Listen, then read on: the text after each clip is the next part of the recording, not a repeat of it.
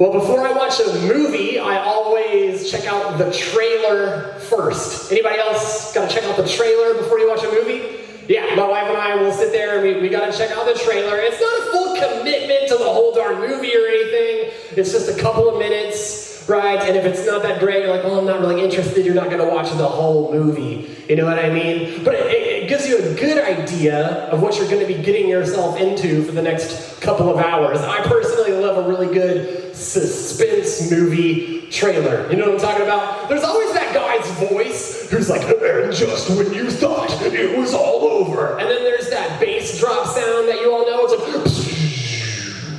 like, he came back to life.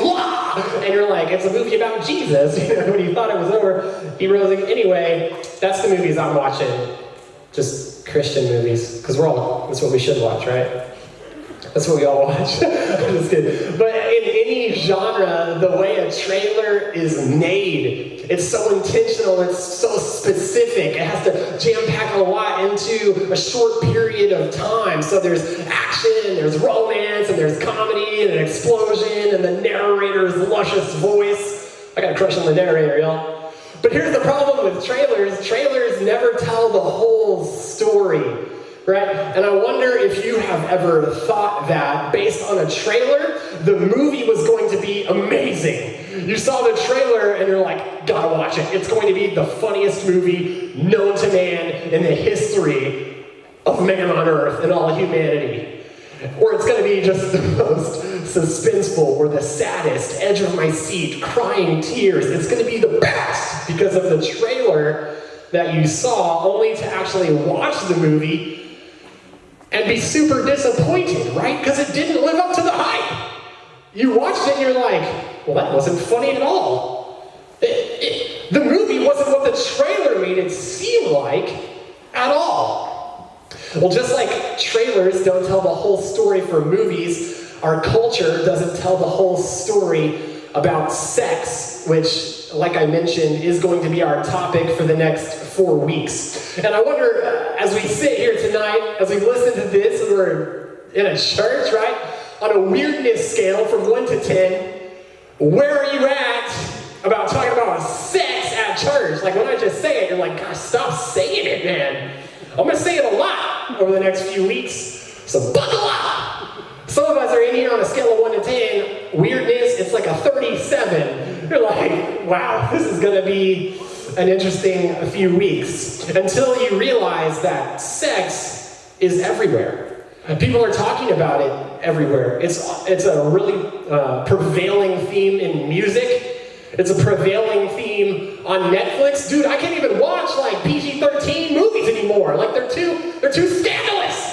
I gotta go down on Netflix, it's like definitely not TVMA, then there's like whatever's next, and then there's like the Y7, that's where I'm hanging out now. I'm like in Y7 for God's sakes. You know what I mean? And don't get me started on TikTok and the Gram, like all of these places are just riddled with sexual messages, whether, inadvertent or just in your face, magazines at the store. Y'all ever be trying to go just check out at the grocery store and you end up checking out the magazine rack while you're sitting there waiting because you got nothing else to do? You're sitting there trying to buy some hot Cheetos on one side, and on the other side you got some hot Speedos, and you're like, dang, I can't focus! Josh knows what I'm talking about. Commercials that come on TV. You're out here watching Nick Jr. and then some commercial comes on, you're like, wow, didn't ask for that. Know your market. Schools, the jokes that we have, just with friends, it becomes like this diversion or sort of like, this tension breaker in an awkward situation where we just make a sexual joke, and it's like a habit almost for some people. It's like second nature. Some of y'all's families be talking about sex on like a daily basis, and you're like, Mom, stop it. And like, some of us have never had the talk with our parents. I'm still waiting on the talk with my parents, to be honest with you. I'm like, Dad, I'm still waiting for that camping trip, you know what I mean? Others of y'all, you're like, Mom, I get it, for God's sake, I know. But I think we've got to talk about this because no matter how weird it is, there's a big misconception when it comes to God and sex. You see, God created it to be a beautiful thing to enjoy and to connect almost like the most intimate worship experience possible. But culture has turned it into anything but that. Sex, according to culture, is not sex according to the Creator. Two different things, two completely different messages. And so since that's the case, we feel like it's dirty.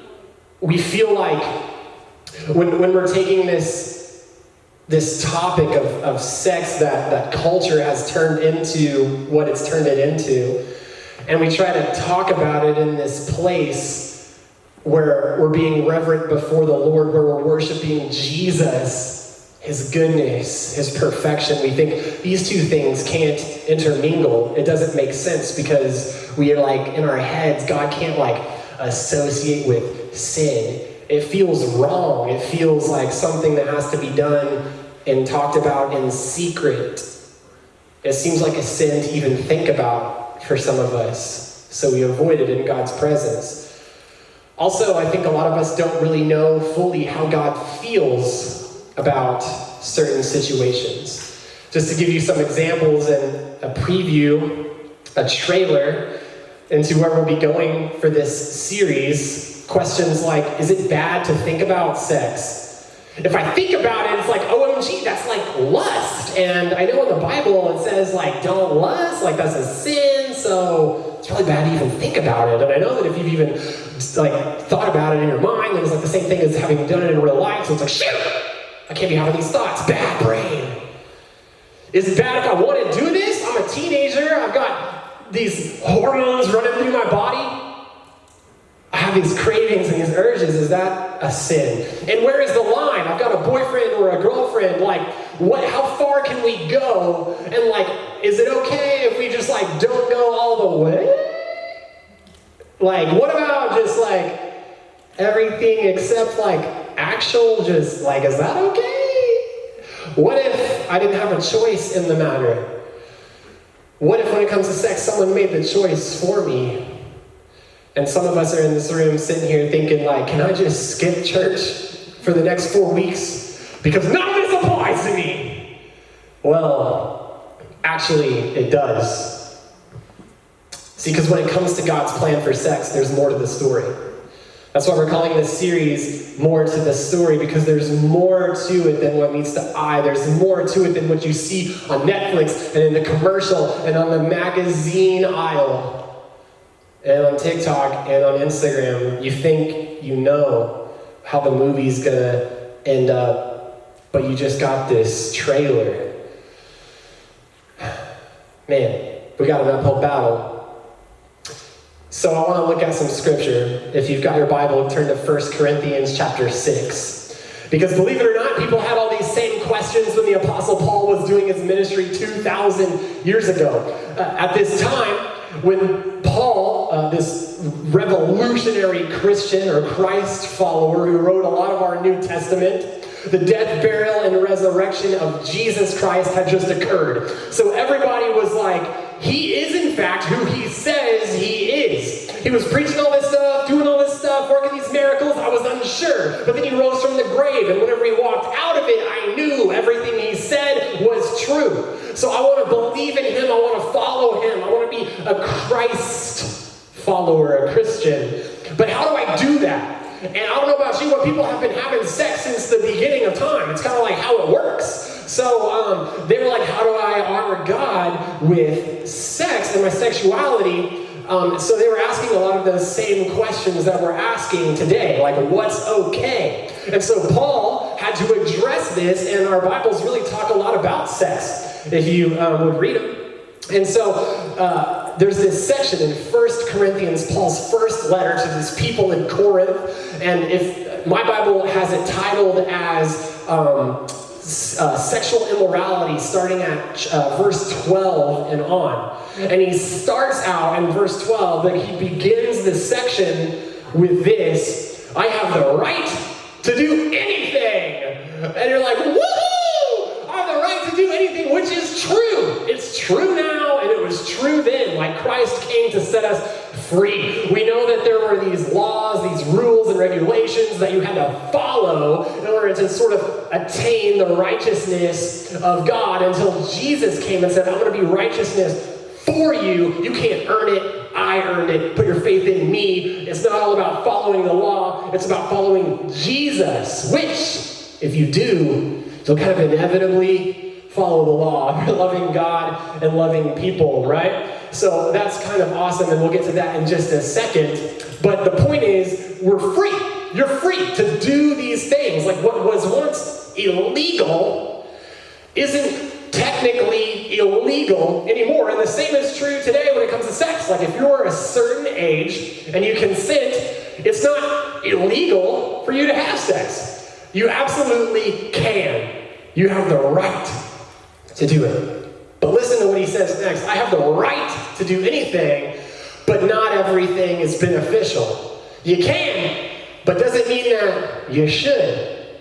I have the right to do anything, but I won't be mastered by anything. The word mastered there is literally controlled by, or like a slave to. And I wonder how many of us in here are slaves to our own sexual desires. We're not telling them what to do. They're kind of in the driver's seat telling us what to do. They're controlling our thoughts, our actions, and we're not the ones in charge. It's like you're a slave to the thoughts. The thoughts aren't a slave to you, and when that's the case, you can't escape. So who's in charge? Is it your thoughts, or is it you? Is it you, or is it Jesus? I don't know about you, but I'm going for Jesus to be the one in charge of my life, of my thought life, and ultimately, of my sex life. I have the right to do anything, but not everything is beneficial. All I want us to hear tonight is this, as we kind of just introduce the concept, and you can write this down, commit to memory, start asking a different question. Everything I've been talking about up to this point has been like, can I do this? What can I do? What is allowed? What is not allowed? That's like our focus. That's just what we're always about. Like, what can I get away with? What's the furthest I can go and not get caught? What's the most I can do and not really get in trouble or not suffer any consequences? Right? That's just kind of how a lot of us tend to live life, and it's human nature. Am I allowed to have sex before marriage? Can I have sex before marriage? Yes, absolutely. You totally can. Does it mean that you should? I don't know. I'm going to go with no. You could say, well, my Uncle Pete did, and he didn't spontaneously burst into flames. He turned out fine. He leads a Sunday school class now, so it can't be that bad. You don't know what Pete deals with. You don't know. There's a difference between what we can do and what we should do, and that's what God is saying here through the Apostle Paul in his words. So we've got to stop asking, is it allowed, and start asking, is it best? What is best? Is this best? And not just for you. Don't be selfish either. Because look, every sexual encounter, it requires more than one person. And you can say, no, it doesn't. It's just me and myself in a room. No, it doesn't. It's just me with a screen. No, it doesn't. The person agreed to it and it's all good. You're impacting other people. You're impacting the people around you. And there is an impact, I promise you. It never just affects you. It was never designed to just affect you. It might not affect someone today or right now, at least not in a measurable way, but you're different, I promise you. And someone in the future spouse, the future relationship will be affected by any one of those things. I promise you. I promise. Because we're operating outside of God's design. So is it best, not just for me, is this best for my relationship with the Lord, honoring Him and bringing glory to Him with my life? Is this best for the people around me, my relationship with them, and how I perceive the world and just how I view people? Is this best for the person on the other end of the screen? Because they wouldn't be on the other end of the screen if there wasn't a need for someone to watch them. There would be no market if there was no demand, and we're talking about porn next week. Is it best for my future relationship, my future spouse? Think about it. We got to stop asking that question. Look, Jesus said in Matthew 22, when he was asked what is most important, he literally said, love God, like I mentioned earlier, and love your neighbor as yourself. So who's your neighbor? It's everyone. It's your girlfriend, your boyfriend, your future husband, the person on the other end of the screen, whether you know them or not. It's everyone. Are you loving them with your actions? Are you loving them with your sexuality? Because you can use that to bring honor to God. I wonder how many of us, it's been everything except that. It's been everything except God honoring. Look, like you're not too far gone, and you can start today. You can start today. You can start being pure today. You can do it. It's not like these things have to define you forever. Christ does. So there's two things before we break it into small groups. Number one, talk to God about who you want to be. Talk to God about the type of person that you want to be. Do you really want to honor him with your sex life? And it's okay to be honest with God and say, I don't know if I want to. Like, I kind of want to do what I want. You can tell him that. Do you really want to honor God with your sex life? Why or why not? And what would it look like to honor him? You got to be honest with God about your struggles. Be honest with him about your fears and about your doubts. And ask him for help. But don't just stop there. Ask him to provide people in your life that can help you. Because the second thing is talk to someone about how you plan to become that person. Do you want to change? Do you want to be better? Do you want to bring God honor and glory with your life, especially in the realm of sexuality? Maybe you're like, I haven't done a good job of this. Some of it is my choice actively. Some of it was not. Like, there's these thoughts, these urges I have, I can't control them. Maybe you're sitting there thinking like I said, none of this applies to me, but it will someday. So what safeguards can I put in place now that are going to protect me in the future? What type of person do you want to be? And you can't keep it to yourself because you can't do it alone. If you think you can, you're kidding yourself. God didn't design us to live alone. That's exactly how the enemy kills his prey. Like, look at a lion. Whenever one little gazelle gets away from the pack, he's all isolated and by himself. That's the one that gets attacked because he's not with the herd. So stay with the herd, trusted people that you love. Because maybe you can't do this, but we can. We can. Don't fall into the traps of the enemy, because he's going to set them. Fall into the arms of Jesus, because he wants to hold you and help you and walk you through this. You're not alone. No matter what you do, he will always love you, and you're never, ever, ever too far gone. Don't believe those lies. Don't believe the lies. Believe the truth.